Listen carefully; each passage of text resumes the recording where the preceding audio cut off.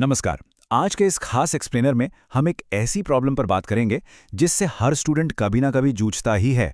जी हाँ, प्रोक्रेस्टिनेशन यानी चीज़ों को टालने की आदत। आज हम जानेंगे कि कैसे इस आदत को हमेशा के लिए ख़त्म किया जा सकता है और कैसे आप अपने स्टडी रूटीन को एक नौसिखिया यानी एमेच्योर से हटाकर सीधा एक प्रोफेशनल लेवल पर ले जा सकते हैं। तो चलिए बिना किसी देरी के शुरू करते हैं। अब ज़रा सोचिए, आपने 10 घंटे पढ़ने का एकदम परफेक्ट रूटीन बनाया, लेकिन जैसे ही किताब खोली, मुश्किल से 10 मिनट बाद ही हाथ में स्मार्टफोन आ जाता है और रील स्क्रॉल होने लगती हैं, है ना? ऐसा क्यों होता है? मतलब किताब बिल्कुल सामने रखी है, लेकिन मन फोन चेक करने के लिए तड़प रहा है। आपको बता दूं, ये एक ऐसा संघर्ष है जिससे लगभग हर एक स्टूडेंट गुजरता है। आप अकेले नहीं हैं इसमें। इस बात को गहराई से समझने के लिए संदीप माहेश्वरी जी का एक बहुत ही शानदार उदाहरण लेते हैं। इस टेबल को देखिए। सिनेरियो ए में मान लीजिए आपको पता चले कि पुराने घर के नीचे करोड़ों का खजाना गड़ा है। यहां आउटकम 100% पक्का है। तो क्या होगा? वहां मोटिवेशन अपने आप पीक पर होगा, है ना? लगातार कई दिनों तक खुदाई करने में कोई आलस नहीं आएगा। लेकिन अब सिनेरियो बी देखिए, एक कॉम्पिटिटिव एग्जाम की तैयारी। यहां रिजल्ट अनिश्चित है, सिलेक्शन होगा या नहीं कुछ पता नहीं। इसीलिए यहां मोटिवेशन बनाए रखने के लिए बहुत ज्यादा संघर्ष करना पड़ता है। सिंपल सी बात है, जब माइंड को कोई गारंटी नहीं दिखती तो वो मेहनत करने से पीछे हटता ही है। तो चलिए अब आगे बढ़ते हैं। The biology of procrastination, why guilt is the wrong response.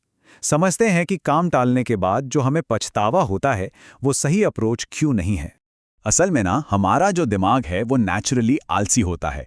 Literally इसका मेन काम ही है ऊर्जा बचाना और किसी भी तरह की असुविधा या डिस्कम्फर्ट से बचना।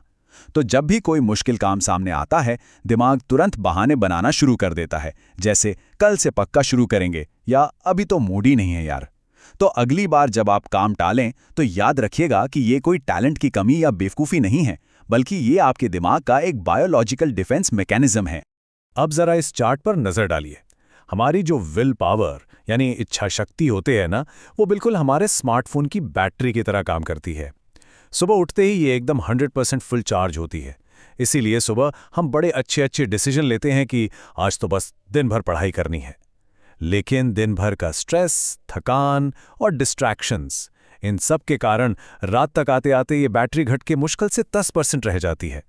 और इसी कॉन्सेप्ट को डिसीजन फटीग कहा जाता है। होता क्या है कि दिन भर हम लगातार छोटे छोटे डिसीजन लेते रहते हैं, जैसे फ़ोन की नोटिफिकेशंस चेक करना है या नहीं, क्या पहनना है, या फिर किसी टेम्पटेशन से लड़ना।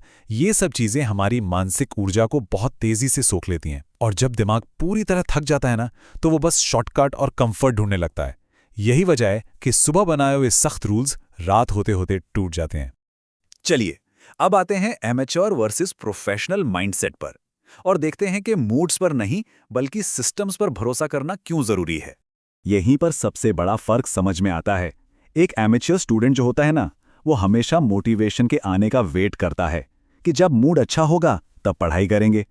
लेकिन सच बताऊं, मोटिवेशन बिल्कुल मौसम की तरह होता है। कभी एकदम धूप तो कभी अचानक बारिश, कोई भरोसा नहीं। वहीं दूसरी तरफ एक प्रोफेशनल स्टूडेंट एक ऐसा सिस्टम डिजाइन करता है जहां मूड का कोई मतलब ही नहीं होता। उनके रूल्स फिक्स होते हैं और लगातार काम होता रहता है, चाहे मन हो या ना हो। इस सिस्टम को बनाने के लिए सबसे पहले तो बैड हैबिट्स की इन अदृश्य जंजीरों को तोड़ना होगा। ये पूरा खेल 3 स्टेप्स में काम करता है। पहला है ट्रिगर, यानी पढ़ाई करते वक्त अचानक से बोरियत महसूस होना। दूसरा है एक्शन, मतलब बिना सोचे तुरंत फोन उठा लेना। और तीसरा है रिवॉर्ड, यानी वो डोपामीन का हिट जो आपके दिमाग को तुरंत एक झूठी खुशी देता है।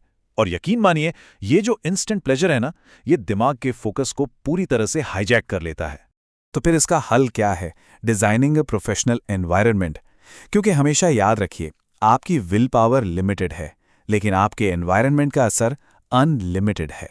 अपने आसपास के माहौल को बदलना सबसे पहली और सबसे जरूरी चाबी है।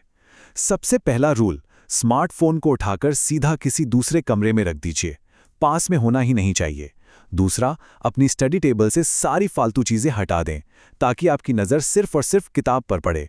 खुद को ऐसे लोगों से थोड़ा दूर रखें जो अनडिसिप्लिन्ड हैं। और सबसे अहम बात, अपना अगला स्टडी टास्क हमेशा सामने लिख कर रखें, एकदम क्लियर। जब डिस्ट्रैक्शन पास में होगा ही नहीं तो पढ़ने से ज़्यादा आसान आपको कुछ और लगेगा ही नहीं। अब हम बात करेंगे एक बहुत ही ज़बरदस्त और प्रैक्टिकल तरीके की। The 45 minute focus sprint. एक ऐसा रूटीन जिसे तोड़ पाना मुश्किल है। इस स्प्रिंट को सही तरीके से अप्लाई करने के लिए ये 4 स्टेप्स फॉलो करने हैं। पहला, जैसा मैंने पहले कहा, फोन दूसरे कमरे में रख दें। दूसरा, मल्टीटास्किंग बिल्कुल नहीं करनी है, सिर्फ एक सब्जेक्ट या एक टास्क चुनें। तीसरा, एकदम सख्त 45 मिनट का टाइमर सेट करें और खुद से वादा करें कि जब तक अलार्म बजेगा नहीं, जगह से हिलना नहीं है। और चौथा, इसके बाद 10 मिनट का एक एक्टिव ब्रेक लें। ये सिस्टम न सिर्फ गहरा फोकस बनाता है, बल्कि एक लंबे स्टडी सेशन को शुरू करने की जो शुरुआती हिचकिचाहट होती है ना, उसे भी बिल्कुल खत्म कर देता है। आगे बढ़ते हैं इमोशनल कंट्रोल एंड फेलियर की तरफ। यहां हम सीखेंगे कि भावनाओं पर रिएक्ट करने के बजाय एक प्रोफेशनल की तरह रिस्पॉन्ड कैसे किया जाए। देखिए, पढ़ाई टालने का अचानक से मन करेगा, ये तो 100% तय है। लेकिन तब ना तुरंत रिएक्ट मत कीजिए। बस ये पॉज, नेम, चूज टेक्निक अपनानी है। पहले पॉज लें, यानी रुकें और एक गहरी सांस लें। फिर नेम करें, यानी उस भावना को पहचानें, क्या ये सिर्फ बोरियत है, डर है या थकान है। और अंत में चूज करें, यानी एक प्रोफेशनल की तरह सही रिस्पॉन्स चुनें कि अब मुझे क्या करना चाहिए। ये एक छोटी सी मेंटल एक्सरसाइज ना आपके एक्शंस का पूरा कंट्रोल आपको वापस दिला देती है। अच्छा, अगर कभी शेड्यूल फॉलो ना हो पाए तो क्या? एक एमैच्योर स्टूडेंट जब फेल होता है तो वो इससे अपनी एक परमानेंट कमी मान लेता है। उसे लगता है कि शायद मेरे अंदर ही डिसिप्लिन नाम की चीज नहीं है। लेकिन एक प्रोफेशनल स्टूडेंट ना फेलियर को सिर्फ और सिर्फ एक डेटा की तरह देखता है। वो एनालाइज करता है कि उसका सिस्टम आखिर कहाँ फेल हुआ। क्या फोन गलती से पास में रखा था या टाइमिंग गलत थी?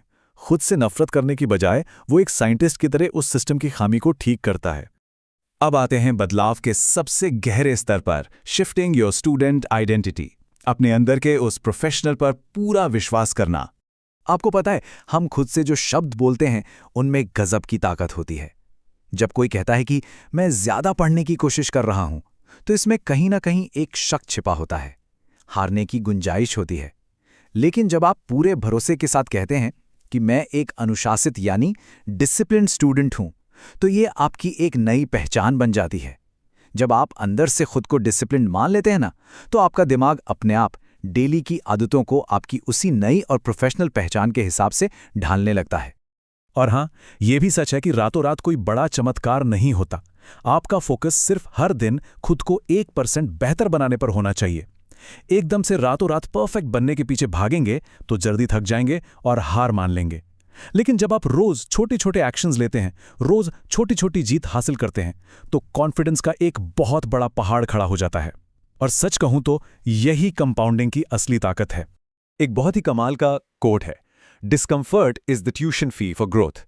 यानी असुविधा ही आगे बढ़ने की असली फीस है। जब भी पढ़ाई में दर्द हो, मेहनत लगे, तो उसे एक सजा के रूप में मत देखिए, बल्कि उसे अपने एक बेहतर कल के लिए एक जरूरी और बहुत ही कीमती इन्वेस्टमेंट के रूप में देखिए।